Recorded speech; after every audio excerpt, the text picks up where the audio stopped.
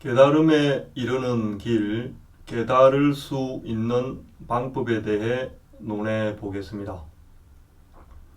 사람은 누구나 위대함, 훌륭함이 잠재되어 있습니다. 그 위대함, 훌륭함은 그저 시간이 지나면 발현되는 것이 아니라 공부나 수행, 도닦음을 통해서 발현, 실현될 수 있습니다. 그 위대함 훌륭함의 한계가 어디까지냐에 대한 입장은 삼교의 입장이 다른 것 같습니다.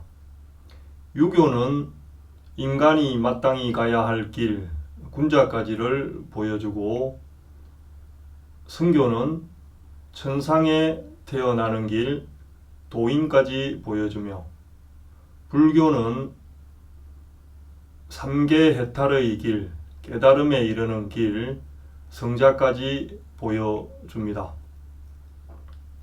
저는 제 수행 경험을 바탕으로 하고 마찌마 니까야를 근거로 해서 부족한 부분은 청정도론, 아비담마 길라자비, 윗바사나 수행 방법론을 참고하여 얘기해 보겠습니다. 마치마 니까야에 의하면 깨달을 수 있는 방법은 12가지입니다. 그것은 사마타로 색계선정, 1선, 2선, 3선, 4선정 중에 하나를 정득하거나 사무량으로 자, 비, 히, 사 중에 하나를 정득하거나 이것도 색계선정과 같습니다. 무색계선정 1선, 2선, 3선정 중에 하나를 정득하여 마음을 청정히 한 후 윗바사나로 출정하여 윗바사나로 오치온의 무상고 무화를 통해 도과 열반을 성취하는 것과 오직 윗바사나만 닦아 오치온의 무상, 무화를 알고 보아 도과 열반을 성취하는 것입니다. 즉 11가지는 사마타를 먼저 닦아 색계 초선정 이상을 정득하여 윗바사나를 닦아 도과 열반을 성취하는 법이고, 한 가지는 윗바사나만 닦아, 마른 윗바사나라고도 하는데 윗바사나만 닦아 도과 열반을 성취하는 법입니다. 그러니까 사마타를 어떻게 닦아서 색계선정을 정득할 것인가와 윗바사나를 어떻게 닦아서 도과 열반을 성취할 것인가를 바르게 알면 깨달을 수 있다는 뜻입니다. 이것에 대해서 저는 6가지 단어, 개념을 정의하는 식으로 설명해 보겠습니다. 먼저 사마타에 있어서 3가지 단어가 중요합니다. 하나는 생각념자, 그럼 두 번째는 일념화, 한 생각화 되어가는 과정, 세 번째는 일념, 선정산매입니다. 사마타란 고요함, 가라앉음, 맑음, 깨끗함 등을 의미합니다. 이 생각념자에 대해서 먼저 얘기하겠습니다. 이 생각은 사마타의 40가지 명상 주제 중에 하나, 예를 들면 10가지 가시나 중에 노란색 가시나가 명상 주제라면 사마타 수행자가 자기 수행 공간, 방에 가시나를 만들어서 틈이 나면 시간이 날 때마다 가서 명상, 자선을 할 때 노란색 전체를 보면서 마음속으로 오직 노랑색만 생각하는 것입니다. 그것이 생각염자입니다. 그렇게 계속해서 사마타 수행자가 노랑색 한 가지만 계속해서 끊임없이 생각하면 하루에 1시간, 2시간, 3시간 수행 시간을 늘려가면 일념화가 일어납니다. 일념화란 니미따, 빛 광명인데 빛 광명이 생기면 기쁨과 즐거움도 일어납니다. 이 일념화에 의해서 사마타 수행자는 더욱 명상의 수행에 집중할 수 있습니다.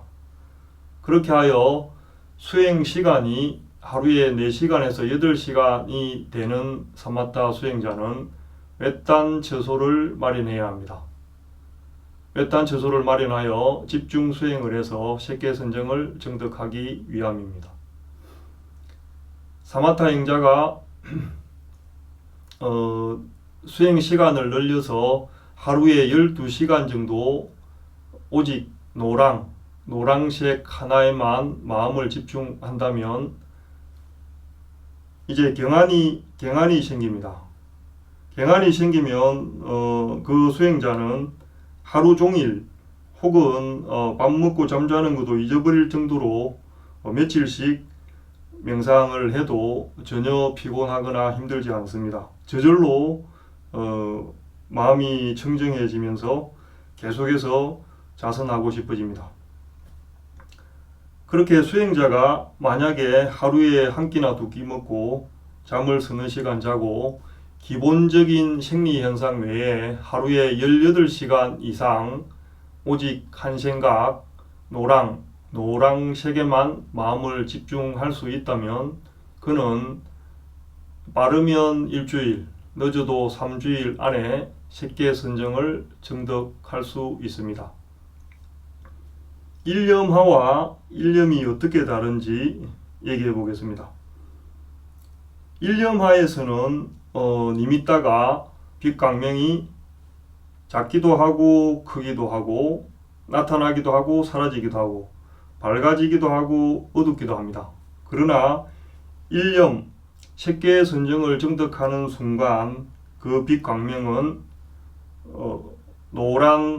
노란색 보름달처럼 둥글고 크고 환하게 나타납니다. 그리고 황금색 태양처럼 나타나기도 합니다. 그러니까 일념화에서 변화하는 니미따가 색계선정을 정득하면 고정화됩니다.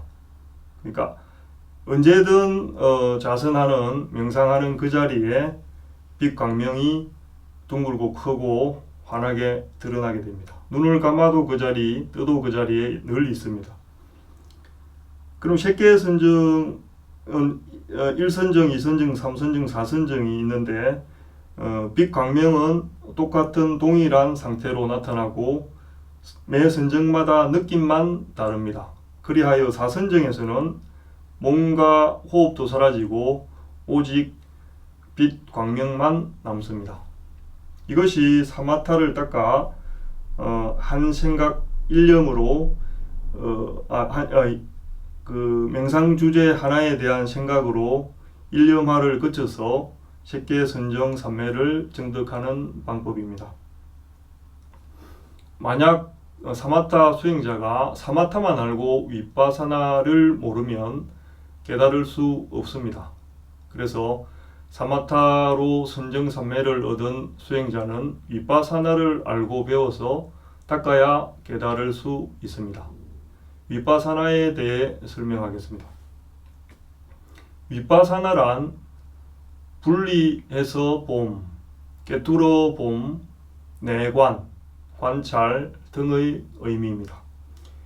위파사나에서도 역시 3가지 단어 개념이 중요합니다. 첫째는 알지자, 두 번째는 명지화, 분명히 바르게 알아가는 과정, 그 다음에 명지화 해탈, 이것이 깨달음입니다. 이것을 설명해 보겠습니다. 알지자, 아는 마음은 너무나 뛰어나고 너무나 빨라서 우리는 일상을 거의 무의식적으로 이렇게 행하고 살아갑니다. 그런 일상적인 삶과 위파사나의 수행적인 삶은 다릅니다. 그러니까 일상적인 삶에서 사발에 있는 차를 마시려 한다면, 들고 마신다면 이렇게 들고 이 정도로 그냥 마십니다. 그리고 위파사나적으로 안다는 것은 또 똑같이 행하면 먼저 사발을 들려는 마음, 의도부터 알아서 들려고 함, 손을 덤, 뻗음, 나감, 다음, 잡음, 덤, 올림, 다음, 벌림, 마심 댐, 내림, 놓음, 손을 댐, 당겨서 놓음. 이렇게 분리해서 아는 것이 위파사나적이고 수행적인 삶입니다. 보통 위파사나에서는 경행을 하거나 위파사나 자선으로 위파사나를 닦습니다. 저는 경행을 예를 들겠습니다. 위파사나 수행자가 경행이나 자선을 통해서 계속해서 분리해서 아는 것을 행하게 되면, 이제 경행을 예로 들면, 경행을 계속해서 하루에 1시간, 2시간, 3시간 늘려가면 명지화가 일어납니다. 일상에서와 다른 현상들이 생겨납니다. 그 명지화를 10가지 위파사나의 지혜라고도 합니다. 명상의 지혜, 생멸의 지혜부터 행성평론의 지혜, 수순의 지혜까지 10가지입니다. 그러니까 생멸의 지혜부터는 생멸이 일어나는 현상이 소리로 들리게 됩니다. 그렇게 명지화가 일어나서 더욱 근면하게, 더욱 박차를 가해서 불굴의 정진으로 위파사나를 닦을 때 위파사나 수행자는 도화가를 얻고 열반을 성취합니다.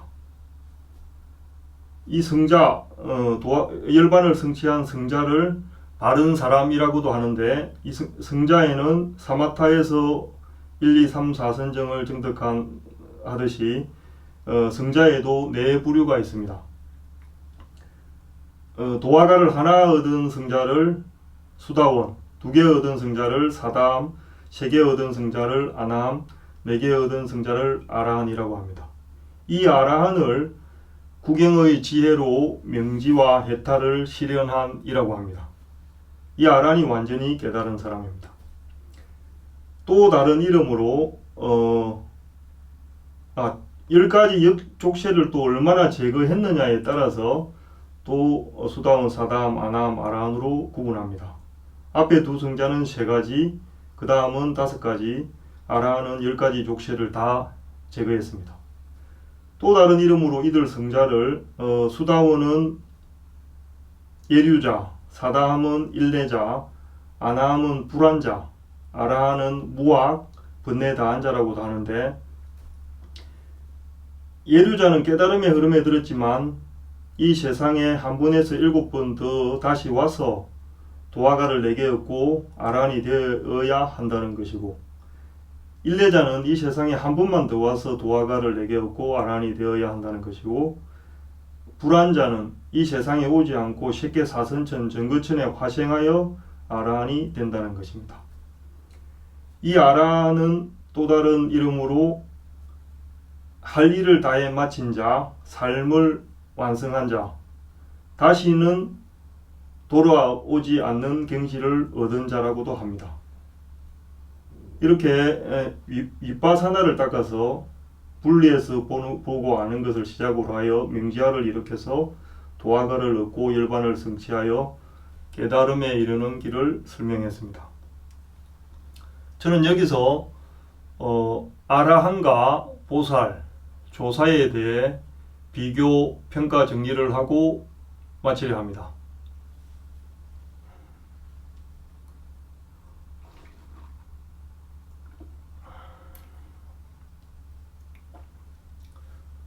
석가모니 부처님께서 열반에 드신 이후에 아라한 중심의 그 초기 불교, 근본 불교는 아라한 중심으로 니까야를 근거로 해서 사마타와 위파사나를 닦았습니다. 그렇게 수백 년이 흐르다가 초기 근본 불교가 쇠퇴하고 대승 불교가 일어납니다. 대승 불교는 대승 경전과 보살들의 논을 근거로 해서 50개의 보살의 지위가 있습니다. 그렇게 보살도를 닦는 것으로 대승 불교가 발전하다가 수백 년 뒤에 퇴보합니다. 그리고 달마 대사가 중국으로 건너가 해가로부터 해능을 거쳐서 황백선사까지 조사선, 중국에서 선불교가 일어나서 발전하다가 퇴보합니다. 아직까지도 한국은 이 선불교 중심으로 흘러오고 있습니다. 여기서 아라한과 보살과 조사가 같은가 다른가, 그들의 깨달음에 대해서는 또 어떠한가에 대해서 저는 몇 가지 의문이 생겨서 이 말씀을 드리는 것입니다. 초기 불교의 아라한은 맹지와 해탈을 실현한 이고 완전히 깨달음을 얻었다고 했는데, 대승 보살들은 아라한과 벽지불조차도 낮추어 말하고 그 50가지 지위의 보살 그 도가 있지만 안으로 들어가서 자세히 내용을 보면 초기 불교 아라한의 사마타의 정덕과 위파사나의 도가를 얻는 그런 분명한 체계는 아닌 것 같습니다. 그리고 조사선으로 내려오면서 조사들은 무심이면 깨달음을 얻은 경지요 부처의 지위와 같다고도 합니다. 이것은 더욱 의심스럽습니다.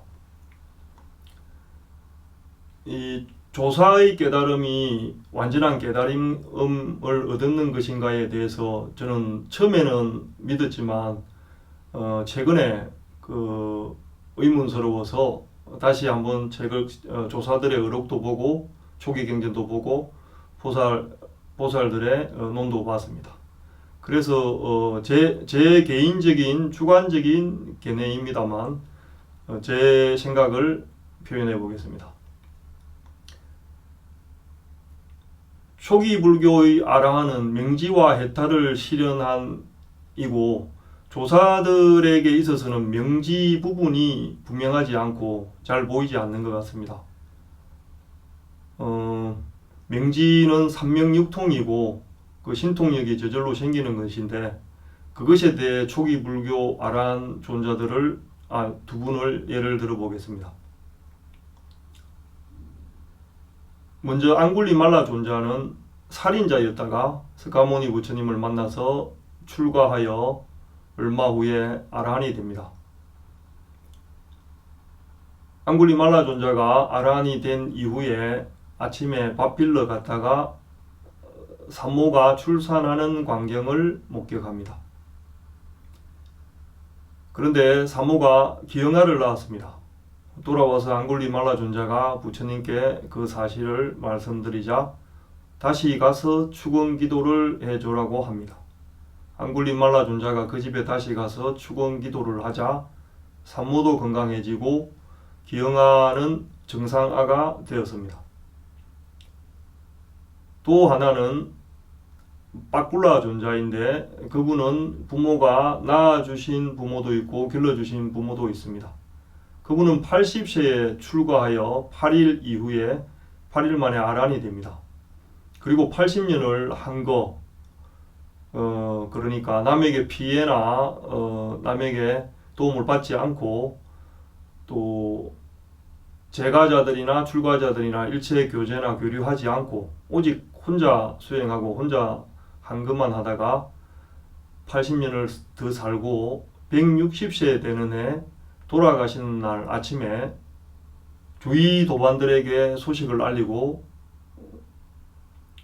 앉아서 좌선에 들어 색계사선정에 들어서 불의 요소로 몸을 공중에 띄워 스스로 열반에 드십니다.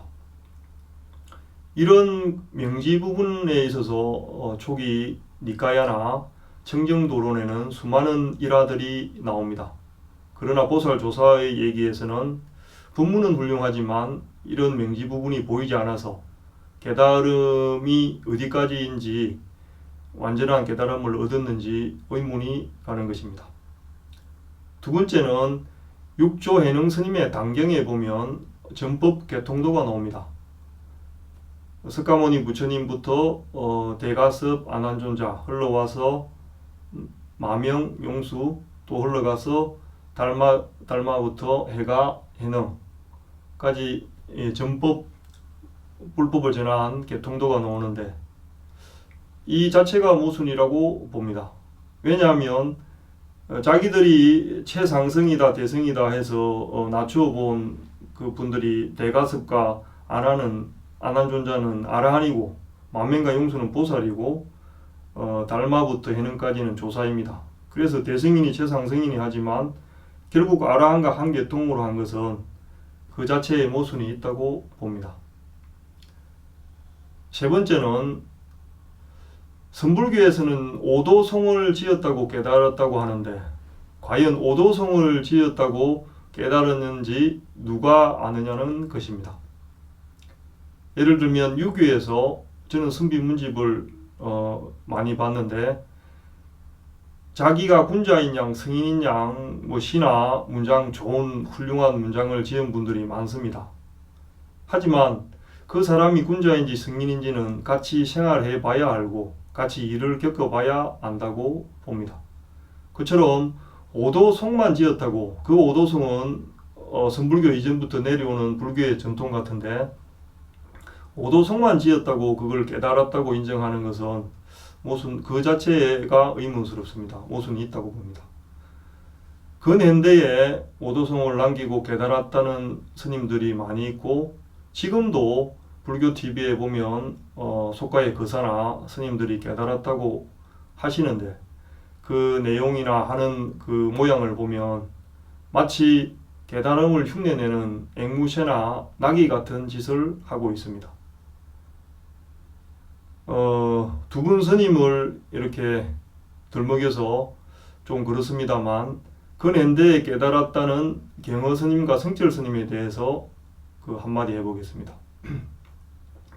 경허 스님의 오도송은 저는 그 내용이 깨달았는지는 정확히 모르겠습니다. 하지만 임종계는 깨달음의 경지가 아니라 색계 선정 삼매의 경지입니다. 그리고 성철 스님은 몽중일의를 주장하고 고집했다는데 본래 성자 바른 사람은 고집이 없습니다. 자기의 주장이 옳아도 그런 고집을 가지지 않습니다. 그런데 그 부처님께서는 꿈속에서 깨달아라, 꿈속에서 자면서 수행해라는 말씀은 없는데 왜 몽중일의를 고집했는지 모르겠습니다. 꿈은 단지 생명 활동을 영위하는 것일 뿐이고 꿈속에서나 잠에서는 그 자기의 의지대로 되지 않습니다. 그래서 성자를 바른 사람이라고도 하는데 성자나 깨달은 사람의 성품 그 그림이 어떠한지를 알려면 마치마 니까야에 나오는 바른 사람의 성품을 참고하면 대충 알 수 있을 것이라 봅니다. 만약 지금 어느 나라에 어느 지역에 아란이 한 분 나온다면 그것은 그 지역 그 나라의 영광이이자 3계 중생 전체가 찬탄할 일이라고 봅니다. 왜냐하면 아무리 뛰어난 인간이고 아무리 훌륭한 천신일지라도 우리는 감각적 욕망 등 탐진치를 벗어나지 못하고 속에 지니고서 매일매일 살아가고 다람쥐 쳇바퀴 돌듯 3계를 끊임없이 윤회하면서 살고 있기 때문에 3계를 해탈하고 탐진치로부터 자유로워진 아란이 한 분 난다면 누구나 천신들도 당연히 축하하고 존중하고 공경하며 찬탄해야 하지 않겠습니까? 이상 강의를 마칩니다.